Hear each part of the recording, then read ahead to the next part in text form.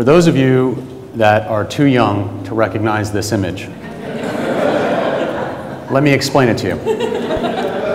This is a single functioning device. It's part of a framework of a telecommunications network that connects people via voice across space.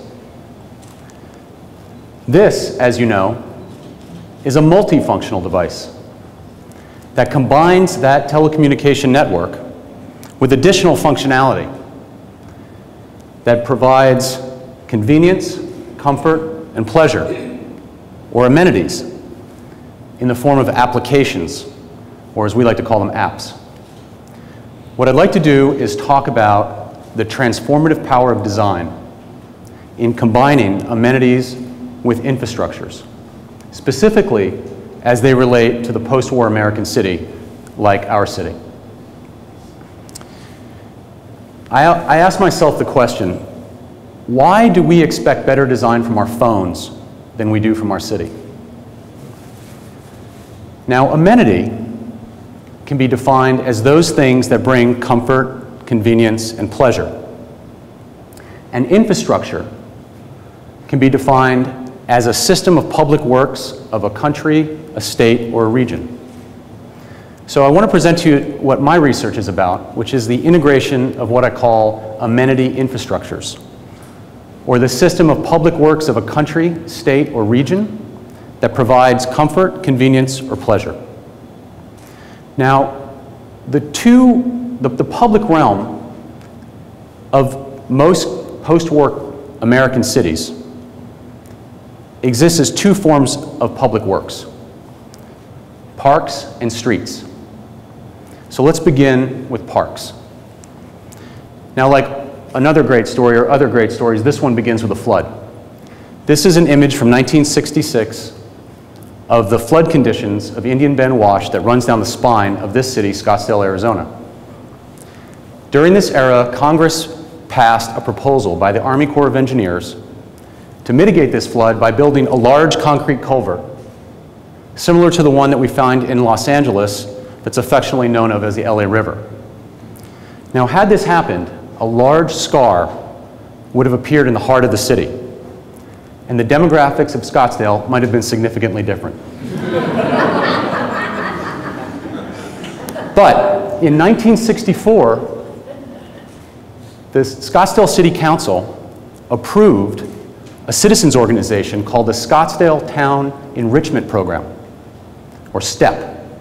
And STEP, with the citizens of Scottsdale, not only convinced the City Council, but also reversed the Army Corps of Engineers proposal to transform the Wash into a 7-mile greenbelt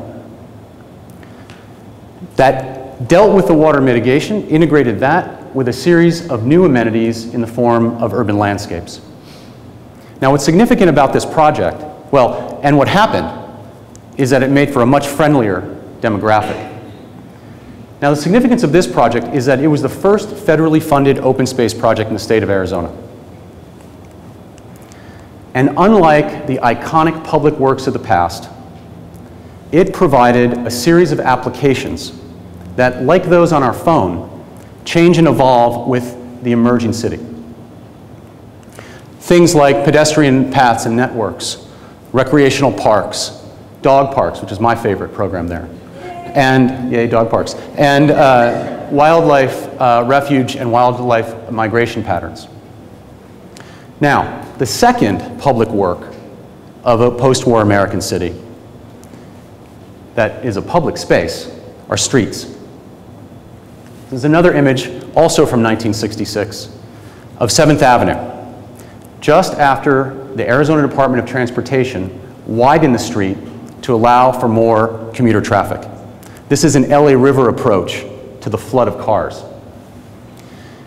Over time, well, what happened with this project is that by widening it, it reduced the pedestrian sidewalk, removed any landscape amenities that might be there or buffers, and in some cases removed parking for certain merchants.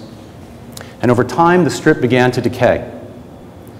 Increases in violence, crime, graffiti, and drugs became prevalent in the area. And in 1997, the 7th Avenue merchants banded together and created the 7th Avenue Merchants Association, or SAMA. They lobbied the city to help them with this hardship. And the city engaged the design school at Arizona State University to help them develop strategies for new amenity infrastructures that might help revitalize this area. And with the help of the university, the city received a grant from the Arizona Department of Transportation to develop a demonstration site. Now, learning from Indian Ben Wash, we began the process by working with the merchants to understand what applications were they already using on the site. The way in which antique stores would put their wares out in the front so the passing motorists could see their goods because they couldn't see them through the glass of the windows. Or the way in which restaurants would find every space they could possibly find in the shade to have outdoor dining. Most of these were illegal at the time. We looked at the way shade was a precious thing in this desert climate. And we looked at the proliferation of billboards and this consumptive landscape. Our main focus was to try to transform this consumptive commercial landscape into one that was also productive. Shade in a desert city is an incredible amenity. Imagine if every sign in our city was a shading device.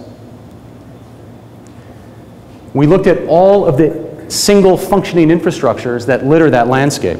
Parking, shaded parking, pedestrian lighting, and signage. And we developed a new product, if you will, called the lampshade that combined signage and identity with lighting and shade. To mitigate the low sun that's so difficult in this desert climate, we combined a vertical panel with a public art program, the first of its kind in the nation, and it's won a number of awards for it, so that the merchants and the city could curate the strip like a gallery and bring some cultural amenities to what is otherwise a commercial landscape. So this project created a certain identity for the area that in turn promoted the adaptive reuse of many of the things around it. So I want to first show you, this is the site before the intervention. You can see most of the buildings are white, there's very little shade, there's disconnected sidewalks. And what we did is, within the intervention, is we began to work with an urban colorist. So we developed a family of colors so that buildings and merchants could paint their buildings different colors so they'd stand out, but be part of a family. Most of them usually painted fluorescent or white. We developed a series of landscapes that promote display, dining, entertainment, and fairs and markets. We developed new details for the city to rethink the curbs and allow for trees and other things to occur within that landscape that could be gateways into the neighborhoods. And one of the significant impacts was how businesses around the area were transformed. This is a 1940s gas station in 2001 that has been adaptively reused into one of the most successful coffee houses in Phoenix. These two guys are incredibly happy because they successfully transformed a bookstore that sold pornographic material into a pet grooming business. And I know there's a joke in there somewhere.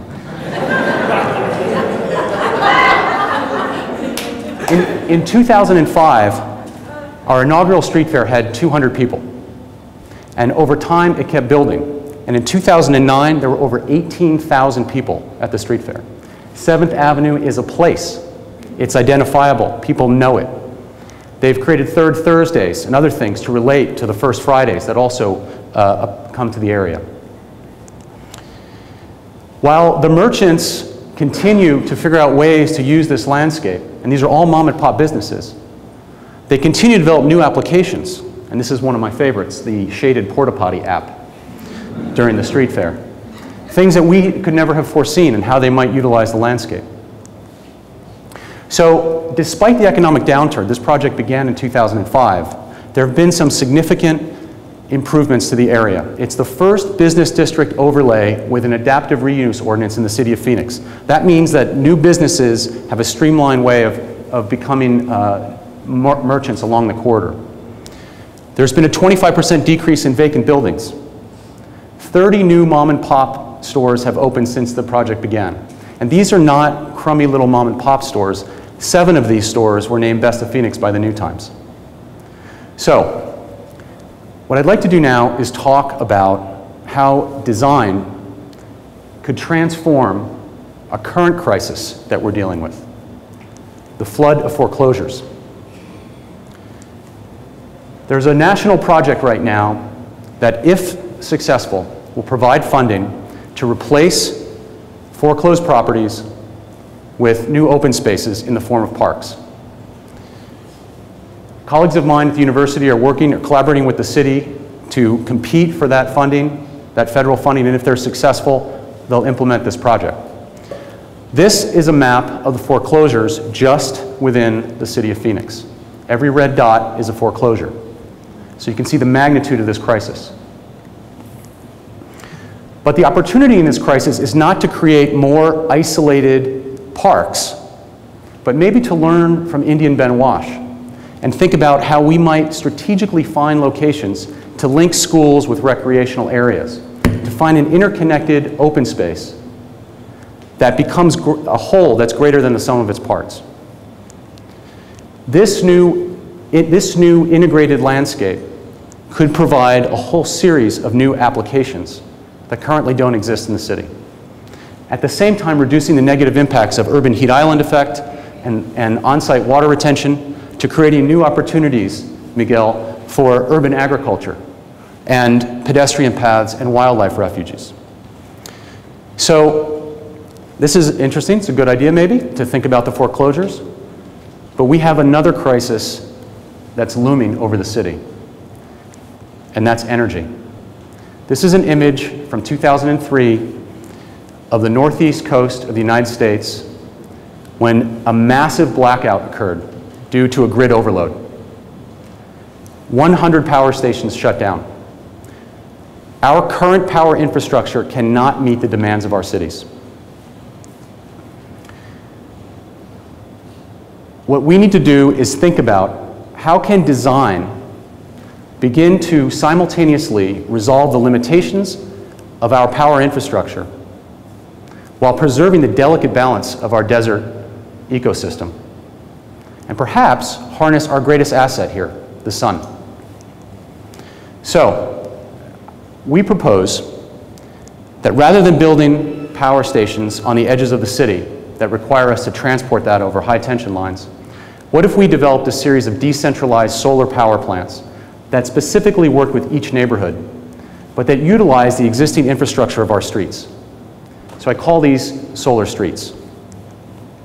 And if we learn from 7th Avenue, could the solar streets also absorb or build into them a lot of the single functioning infrastructure that litters our public domain?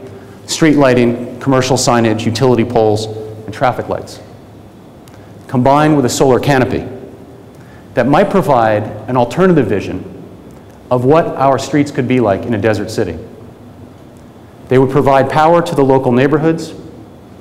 They would integrate the street infrastructure and create identity in the form of banners and other types of signifiers.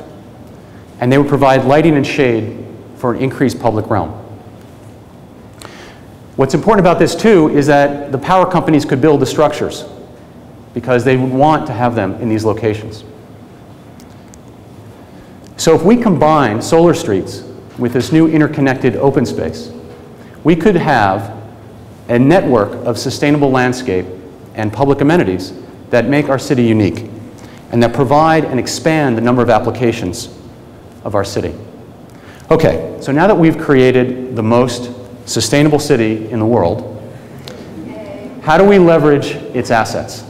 What if the very same device that's the most popular amenity infrastructure could also have an operating system that helps connect the citizens to the city? So I propose City App Phoenix. Imagine that, like Prius owners who become better drivers because they have the heads-up display and know how much energy they're using while they're driving, neighborhoods could monitor the amount of power that they're using and compete against each other for tax incentives to become the most energy efficient neighborhoods in the city. Or we could connect the amenities of our parks with the amenities of our phones and be able to see when our friends are at the dog park, or what movies are under the stars or playing under the stars, or book a tennis court, or find parking at the street fair. So the choice is ours. We can either sit back and let these isolated forces that shape our cities continue to shape our lives, or we can demand new, innovative design solutions that integrate functionality with livability. Now, the examples I showed you tonight are unique to this place. They're not imported ideas from other cities or manifestos, but they started with grassroots organizations that collaborated with city municipalities and designers to transform crisis into opportunities, new opportunities that give us alternative versions of what a sustainable city might be like. We have to demand more from our cities than we do from our phones. The magnitude of the current crisis provides us with an incredible opportunity. Thank you.